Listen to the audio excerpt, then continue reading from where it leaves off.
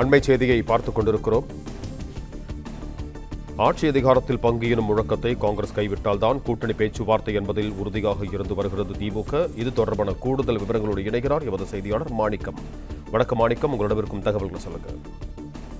நேற்றைய தினம் காங்கிரஸ் கட்சியினுடைய தேர்தல் பொறுப்பாளராக நியமிக்கப்பட்டிருக்கூடிய கிறிஸ்தவனகர் மற்றும் மாநில தலைவராகக்கூடிய செல்வ பிறந்தகை கனிமொழி அவர்களை சந்தித்தார்கள். திமுக துணை பொதுச் செயலாளர் கனிமொழி கருணாநிதி அவர்களை அவர்கள் இல்லத்தில் சந்தித்து கூட்டணி தொடர்பான பேச்சுவார்த்தை நடத்தியிருந்தார்கள். இந்த பேச்சுவார்த்தையின் பொழுது என்ன பேசப்பட்டது என்ற தகவல்கள் தற்பொழுது வெளியாக இருக்கிறது. குறிப்பாக காங்கிரஸ் கட்சி தொடர்ந்து ஆட்சியில் அதிகாரத்தில் பங்கு வேண்டும் என்ற கோரிக்கையை வைத்திருக்கக்கூடிய சூழலில் அந்த கோரிக்கை தமிழ்நாட்டிற்கு ஒத்து வராது, அந்த முழக்கம் தமிழ்நாட்டுக்கு எப்பொழுதும் சரிபட்டு வராது என முதலமைச்சர் அவர்களை தெரிவித்ததற்கு பிறகும் கூட அந்த கோரிக்கையை முன்னிறுத்தி கூட்டணிக்குள் பேச்சுவார்த்தை கொண்டு வராதீர்கள் என்று திமுக திட்டவட்டமாக மறுத்திருப்பதாக சொல்லப்பட்டிருக்கிறது.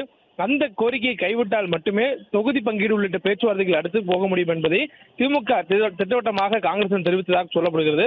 குறிப்பாக கனிமொழி தலைமையில் நடைபெற்றக்கூடிய அந்த பேச்சுவார்த்தையின் போது எத்தனை தொகுதிகள் என்பதற்கான அந்த பேச்சுவார்த்தையாகவே இது அமையும் எனவும், ஒருபோதும் அதிகாரத்தில் பங்கு என்ற ஒரு கோரிக்கையுடன் கூட்டணியை அணுகாதீர்கள், மேலும் இதுபோல் கூட்டணிக்குள் அணுகும் பொழுது இது எதிரணியினருக்கு சாதகமான ஒரு சூழல் ஏற்படுத்தக்கூடிய அளவில் கூட்டணிக்குள் ஒரு சலசலப்பு ஏற்படுத்தக்கூடிய வாய்ப்பு இருப்பதனால் அதுபோன்ற ஒரு பேச்சுகளுக்கு இடம் கொடுக்க முடியாது என்பதை திமுக திட்டவட்டமாக தெரிவித்ததாக சொல்லப்படுகிறது.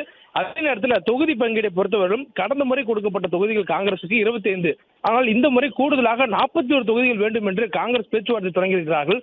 ஆனால் 41 தொகுதிகள் என்பது கூட்டணிக்குள் அதிக தொகுதிகளை ஒதுக்கக்கூடிய சூழலாக இருக்கும். ஆனால் கடந்த முறை கொடுத்த 25 தொகுதிகளையே இந்த முறை காங்கிரசுக்கு கொடுக்க முடியாததற்கான தார்மீகமான காரணங்கள் இருப்பதை திமுக தரப்பிலிருந்து காங்கிரஸ் கட்சிக்காரர்களுக்கு எடுத்துரைக்கப்பட்டிருக்கிறது.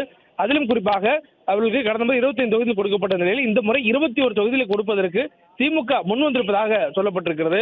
ஆட்சி அதிகாரத்தில் பங்கு எனும் முழக்கத்தை காங்கிரஸ் கைவிட்டால் தான் கூட்டணி பேச்சுவார்த்தை என்பதில் உறுதியாக திமுக இருக்கக்கூடிய சூழலில் ஆட்சி அதிகாரத்தில் பங்கு என கூறி வந்த காங்கிரஸ் மேலிட பொறுப்பாளர் கிறிஸ்தவனகருக்கு பேச்சுவார்த்தை நடத்த முதலில் திமுக மறுப்பு தெரிவித்திருந்தது. அதனுடைய தொடர்ச்சியாக தான் கே.சி. வேணுகோபால் அவர்கள் நேற்று முன்தினம் முதலமைச்சர் அவர்களை அவருடைய இல்லத்தில் சந்தித்து காங்கிரஸ் கட்சியுடைய தேசிய தலைமையினுடைய கருத்துக்களை முதல்வரிடம் வெளிப்படுத்தி பேச்சுவார்த்தையில் ஈடுபட்டிருந்தார். அதனைத் தொடர்ந்தே அந்த அடுத்த கட்ட பேச்சுவார்த்தைக்காக கிறிஸ்தவனகர் கனிமொழி அவருடைய இல்லத்துக்கு அழைக்கப்பட்டு பேச்சுவார்த்தையில் ஈடுபட்டிருந்தார். தொடர்ந்து திமுகவின் எதிர்ப்பால் கிறிஸ்தவனகருக்கு பதில் காங்கிரஸ் பொதுச் செயலாளர் வந்ததுக்கு பிறகாக கூட்டணி தொடர்பான பேச்சுவார்த்தை அடுத்த கட்டத்துக்கு எடுத்து செல்வதற்கான பேச்சுவார்த்தையாகத்தான் நேற்றைய தினம் மு.க. ஸ்டாலினுடைய சந்திப்புக்கு பிறகாக காங்கிரஸ் திமுக துணை பொதுச் செயலாளர் கனிமொழி அவர்களை சந்திப்பதற்காக காங்கிரஸ் கட்சியை சேர்ந்த கிறிஸ்தவனகர் வருகை புரிந்திருந்தார்.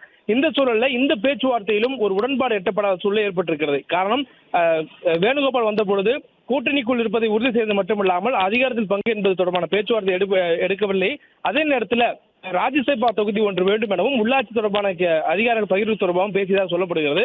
அந்த பேச்சுவார்த்தைக்கு இது தகுந்த காலம் இல்லை, இது சட்டமன்ற தேர்தலுக்கான காலம் என்பதால் சட்டமன்ற தேர்தல் தொடர்பான பேச்சுவார்த்தை மட்டுமே நடத்துவதற்கு காங்கிரஸ் கட்சியினருக்கான அழைப்பு கொடுக்கப்பட்டிருக்கிறது. அதனைத் தொடர்ந்துதான் காங்கிரஸ் கட்சியை சேர்ந்த கிறிஸ்தவனகர் கனிமொழி அவர்களை சந்தித்திருக்கிறார். சந்திப்பின் பொழுது 41 தொகுதிகள் வேண்டும் என்று காங்கிரஸ் பிடிவாதமாக நின்றதாகவும் 41 தொகுதிகள் கீழாக காங்கிரஸ் கட்சியினர் பெறுவதற்கு தற்போதைய சூழல் இல்லை. காங்கிரஸ் கட்சி கடந்த நாடாளுமன்ற தேர்தலில் போட்டியிட்ட அனைத்து தொகுதிகளிலும் வெற்றி பெற்றிருக்கிறார்கள்.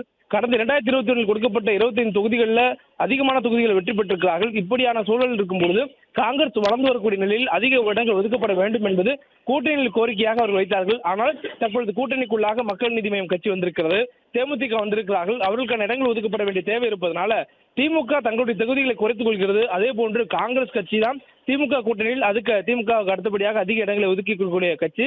எனவே காங்கிரசும் அவர்களான தொகுதிகளை குறைத்துக் கொள்ள வேண்டும். குறைந்தபட்சமாக 4 தொகுதிகளாவது குறைத்துக் கொண்டு 21 தொகுதியில் பெற்றுக் கொள்ள வேண்டும் என்று திமுக கூறியிருக்கிறார்கள். இந்த பேச்சுவார்த்தை திமுக 21 தொகுதிகளுக்கு மேல் வராத சூழலிலும் காங்கிரஸ் 41 தொகுதிகள் கீழ் வராத சூழலிலும் இந்த பேச்சுவார்த்தையில் ஒரு முதற்கட்ட பேச்சுவார்த்தையிலே ஒரு பெரிய சுமூக நிலை ஏற்படவில்லை.